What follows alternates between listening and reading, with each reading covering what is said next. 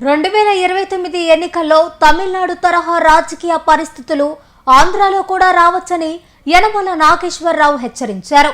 నెల్లూరు జిల్లాలో మహానాడు ఏర్పాట్ల నేపథ్యంలో మాట్లాడిన ఆయన గత 5 సంవత్సరాలు టీడీపీ కోసం కష్టపడ్డ నాయకులు కార్యకర్తల కంటే ఇతర పార్టీల నుంచి వచ్చిన వారికే ప్రాధాన్యం పెరుగుతోందని అసంతృప్తి వ్యక్తం చేశారు.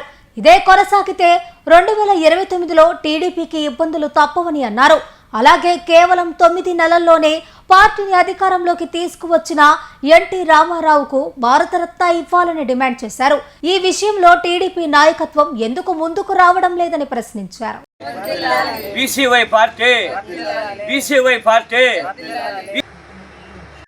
ఈ మధ్య కాలంలో మీడియా పరంగా మేము చూస్తా ఉన్నాం. టీడీపీ పార్టీ వైఎస్ఆర్సీపీ పార్టీని గురించి టీడీపీ పార్టీలో మేధావి రాజకీయ మేధావి అయినటువంటి ఒక వ్యక్తి వైఎస్ఆర్సీపీ పార్టీ 2029లో పూర్తిగా బుట్ట తట్ట సర్దుకొని పోతుందని ఒక నాయకుడు మాట్లాడటం నేను మీడియా పరంగా చూసిన. మీరు మాట్లాడిన మటుకు వాస్తవాలే. ఎందుకంటే ఆ పార్టీ గతంలోనే ప్రజలను నానా ఇబ్బందులు పెట్టి అరాచకాలు, దౌర్జన్యాలు, కబ్జాలు ఈ విధంగా చేసి ఆ పార్టీ తుడిచిపెట్టుకొని పోయింది. ఆ గతంలో ఆ పార్టీకి ప్రజలు నిలువు నామాలు 2 నామాలు పెట్టినారని చెప్పి కూడా మొన్న తెలుగుదేశం పార్టీ పెద్ద నాయకుడు మాట్లాడటం జరిగింది. మీరు చెప్పింది మటు కరెక్టే. ఎందుకంటే ఇప్పటికి కూడా ఆ పార్టీలో దౌర్జన్యాలు, అధికారుల్ని మేము అధికారంలోకి వస్తే రప్ప రప్ప అనే మాటలు ఇంకా తగ్గలేదు. కాబట్టి తెలుగుదేశం పార్టీ నాయకుడికి నేను గౌరవిస్తున్నాను. మీరు చెప్పినట్టుగా ఆ పార్టీ 2029లో పూర్తిగా పోతుంది. అదేవిధంగా వైఎస్ఆర్సీపీ పార్టీ నాయకులు మోస్ట్ సీనియర్ లీడర్స్ ఇద్దరు మాట్లాడటం కూడా నేను మీడియా పరంగా చూశానండి. ఈ తెలుగుదేశం పార్టీకి జాకీలు పెట్టి పైకి లేపాల ఆ పరిస్థితుల్లో అయిపోయిందని. మీరు చెప్పింది కూడా కరెక్టే. ఈ తెలుగుదేశం పార్టీ పరిస్థితి కూడా ఎందువల్ల ఆ విధంగా ఆ ప్రతినిధులు మాట్లాడుతున్నారంటే ఆ పార్టీని సర్వనాశనం చేసిన వాళ్ళే ఈ రాష్ట్రంలో మొత్తం ఈ పార్టీలోకి వచ్చారండి. ఈ పార్టీలోకి వచ్చిన తర్వాత ఆ పార్టీలో అరాచకాలు, అన్యాయాలు, దౌర్జన్యాలు, కబ్జాలు చేసిన వాళ్ళే ఈ పార్టీలో ఉండి ఈరోజు వాళ్లే తత్వను చలాయిస్తున్నారు. కాబట్టి ఆ వైఎస్ఆర్సీపీ నాయకుడికి తెలుసు ఈ పార్టీ కూడా మన పార్టీకి బట్టిన గతే పడుతుందనే ఆలోచనతో ఆయన వీళ్ళని విమర్శించడం జరిగింది.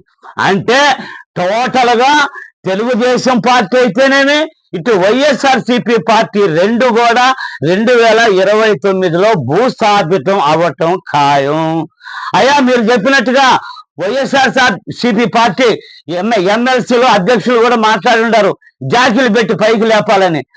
మీ పార్టీ అయితే క్రేన్లు పెట్టి లేపితే కూడా లేచే పరిస్థితి అయితే మీ పార్టీకి లేదు. రెండోది ఈ మధ్య చూస్తా ఉన్నామండి, తమిళనాడులో టీవీకే పార్టీ విజయ్ గారు అక్కడ 66 సంవత్సరాలు ప్రభుత్వాలు పనిచేసినాయండి. డిఎంకే, అన్నా డిఎంకే 66 సంవత్సరాలు చూసిన తర్వాత అక్కడ ప్రజల్లో మార్పు వచ్చింది. ఇప్పటి వరకు అణగారిన వర్గాలకు అభివృద్ధి లేదనే ఆలోచనతో అక్కడ టీవీకే పార్టీ, టీవీకే అంటే తమిళ వెట్రిగల్ కళగం పార్టీ, తమిళ వెట్రిగం కళం పార్టీ. తమిళ వెట్రి కళగం పార్టీ అంటే తమిళనాడు వెట్రిగం అంటే విక్టర్ అండి. విక్టర్ అంటే మన చంద్రబాబు నాయుడు ఎక్కడ బహిరంగ సభల్లో కూడా ఈ 2 ఏళ్ళు చూపిస్తుంటాడు. విక్టర్ అంటే జయం. ఆ పార్టీకి కూడా విజయ్ కుమార్ ఆ పేరు పెట్టి ఈ రోజు సింగిల్ పార్టీగా అత్యధిక మెజార్టీతో తమిళనాడులో గెలిచిందండి. ప్రజలు అక్కడ యూత్, మహిళలు అయితేనేమి, జెంట్స్ అయితేనేమి యూత్ చేతులకు అక్కడ పార్టీ పోయింది. అదే విధంగా ఈరోజు ఈ రాష్ట్రంలో మహిళలు అయితేనేమి, యూత్ అయితేనేమి బీసీవై పార్టీ మొగ్గు చూపుతా ఉన్నారు. రేపు 2029లో మీరు ఒక పార్టీ గురించి ఒకరు మేధావి వర్గము విమర్శించినారండి. నీ పార్టీ రేపు 29కి పూర్తి, ఈ పార్టీ 29కి పూర్తి అని. గతంలో ఆ పార్టీకి 2 నామాలు పెట్టినారన్నారు. ఈ పార్టీకి కూడా 2 నామాలు కాదండి, వెంకటేశ్వర నామంలో మధ్యలో ఎరుపు నామం ఉంటుందండి. ఆ ఎరుపు నామం రేపు భవిష్యత్తులో తెలుగుదేశం పార్టీ కూడా పెట్టబోతా ఉన్నారు అనేది కూడా నేను మీకు నా అనాలిసిస్ లో మీకు తెలియజేసుకుంటున్నానండి. ఎందుకంటే ప్రజలు వేసారిపోయినారు. అయ్యా, నీ తెలుగుదేశం పార్టీలో ఈ మధ్య కాలంలో చూస్తా ఉన్నాను నేను మీడియా పరంగా, నీ పార్టీని నమ్ముకొని తెలుగుదేశం పార్టీ స్థాపించినప్పుడు కూడా కార్యకర్తలు అనేవాళ్ళు లక్షల వేలాది మంది జీవితాలు పాడు చేసుకొని నీ పార్టీలో పనిచేస్తే వాళ్ళకి ఎటువంటి పదవులు లేదు. చంద్రబాబు నాయుడు గారు ముఖ్యమంత్రి గౌరవనీయులు, మీరు ప్రతి బహిరంగ సభలో చెప్తా ఉంటారు ఏమని, పారిపట్టలే నా ప్రాణం, నా ఊపిరితిత్తులు, నా కిడ్నీలు, నా హార్ట్. మీరు చెప్తా ఉంటారే, నీ పార్టీ కార్యకర్తలకు ఎంతవరకు న్యాయం చేస్తున్నారు? నీ పార్టీలో ఉన్న క్యాడర్ కూడా ఈ మధ్య కాలంలో నాకు ఫోన్ చేసి చెప్తున్నారు, పెద్ద అయినా మీరు కరెక్ట్ గా నీతి నిజాయితీగా మాట్లాడతారు, మా గురించి కూడా మీరు మీడియా పరంగా మాట్లాడండి. అవతల పార్టీ నుంచి వచ్చిన వాళ్ళకి పెద్ద పెద్ద పదవులు కట్టబెడుతున్నారే, ఇంకా నీ పార్టీలో నీ కార్యకర్తలు రేపు 2029కి నీకు పనిచేస్తారనుకుంటారేమో. ముఖ్యమంత్రి చంద్రబాబు నాయుడు గారు, నీ పార్టీ 2029కి నీ పార్టీ కార్యకర్తలు నీ పార్టీని ముంచబోతా ఉన్నారు, తెలుసుకో. ఎందుకంటే ప్రత్యామ్నాయం ఈ రోజు ఈ ఆంధ్ర రాష్ట్రంలో నీతికి నిజాయితీకి మార్పేరుగా బీసీవై పార్టీ జాతీయ అధ్యక్షులు రామచంద్రయ్య గారు అణగారిన వర్గాల్ని అభివృద్ధి పదంలో తీసుకుపోవాలని రాజ్యాంగ పరంగా వాళ్ళకి రావాల్సిన హక్కులు కాపాడే విధంగా వస్తూ ఉన్నాడు. దాన్ని ఈ రాష్ట్రంలో యూత్, మహిళలు అయితేనేమి, జెంట్స్ అయితేనేమి, యూత్ చేతుల్లోకి ఈ రాష్ట్రంలో కూడా పార్టీ పోయి ఉంది. కాబట్టి మీరు ఎన్ని జిమ్మిక్కులు చేసినా 2029 లాస్ట్. నీ పార్టీ కార్యకర్తల పరిస్థితి కూడా ఏంటంటే వాళ్ళ బతుకు బస్టాండ్ అయిపోయిందండి. వాళ్ళు రేపు 2029కి నీ పార్టీ ఎట్టా పోద్ది, వాళ్ళ ఆత్మకూరు బస్టాండో లేకపోతే ఆర్టీసీ బస్టాండ్ రాత్రుల్లో పడుకునే పరిస్థితికి వస్తుంది. ఎందుకంటే జీవితాలు నాశనం అయిపోయినారు.